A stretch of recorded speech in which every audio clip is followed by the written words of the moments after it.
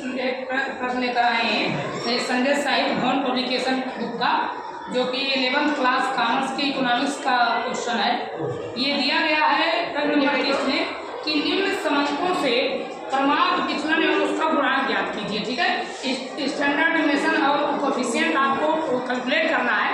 तो इसमें दिया है आपको मोर देन, ठीक है, दिया गया है बच्चों के स्टूडेंट के मार्क्स दिए गए हैं, दिया गया है मोर देन अर्थात 0 नंबर से ज़्यादा पाने वाले बच्चों की संख्या, ठीक है, 10 नंबर से ज़्यादा पाने वाले बच्चों की संख्या, 30 नंबर से ज़्यादा पाने वाले बच्चों की संख्या, 30 नंबर से ज़्यादा पाने वाले।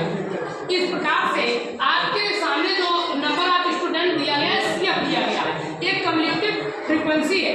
कम्युलेटिव फ्रीक्वेंसी का मतलब संचयी बारंबारता सारी दी गई है, अर्थात 0 नंबर से पाने वाले कुल बच्चों की संख्या 80 है और जो 10 नंबर से ज़्यादा पाने वाले बच्चों की संख्या जो है वो 60 है। इस प्रकार से हम 0 से 10, ठीक है, और 10 से 20, इस प्रकार से हम पार्टाइज वाइज क्लास इंटरवल बना करके उसका मार्क्स पता करेंगे कितने बच्चे उस मार्क्स के अंदर हैं, हमारे क्राइटेरिया के अंदर कितने बच्चे आ रहे हैं। तो 0 नंबर से 10 नंबर पाने वाले बच्चों की संख्या 5 आई और 20 आई। क्यों आई? ये देखिए, क्योंकि कह रहा है 0 से अधिक 80 है और 10 से अधिक 60 है, तो हमें 0 से 10 चाहिए, तो 80 में से हम 60 बच्चों को लेस कर दिए, तो हमारे बच्चे जो है 20 है। 0 से 10 पाने वाले नंबर पाने वाले बच्चों की संख्या कितनी है? 20 है। इसी प्रकार से फिर आगे हम पता करना है 10 से 20, 10 नंबर से लेकर 20 नंबर पाने वाले बच्चों की संख्या कितनी है?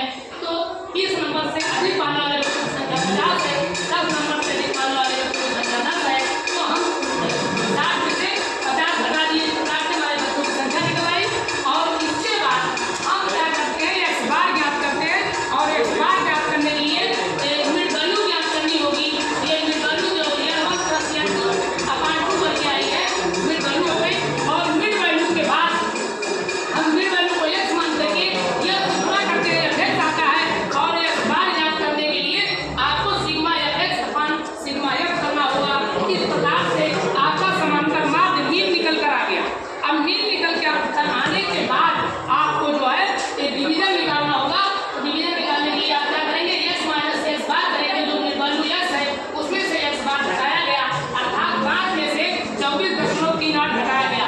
इस प्रकार से हम डिवीजन निकालें। इसके बाद इस डिवीजन का हम वर्ग कर देंगे dx का। d² हमने किया 19.38 गुणे 19.38। इस प्रकार से करते हुए रखे आए। फिर इसके बाद d² का हम f से गुणा करेंगे। इससे गुणा करेंगे f से, और जो है आवृत्ति से गुणा करेंगे। f हमारा 20 है और d² हमारा 375.58 है। इससे गुणा करने के बाद हमारा आया 7511.6। इस प्रकार से हमको सूत्र में हमारा जो सूत्र था वो था ST बराबर सिग्मा FT² समान सिग्मा f अंडर के अंदर।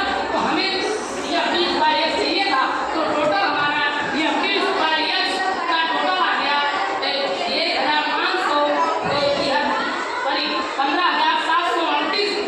15,729.4।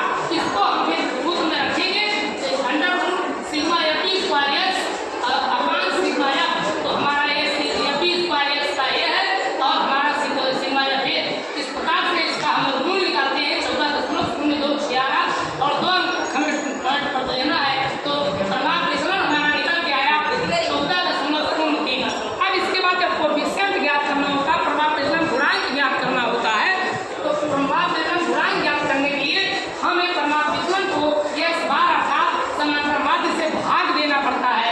और इस प्रकार से हमारा जो प्रभाव विचलन है 14.03 को हम समांतर माध्य x बार से 24.38 से डिवाइड कर देंगे और हमारा कोएफिशिएंट गुणांक जो आ गया वो 0.57 0.58 आएगा। इस प्रकार से हमारा ये प्रश्न पूरा हो गया। जो प्रश्न का तो हमने निकाल लिया। ठीक।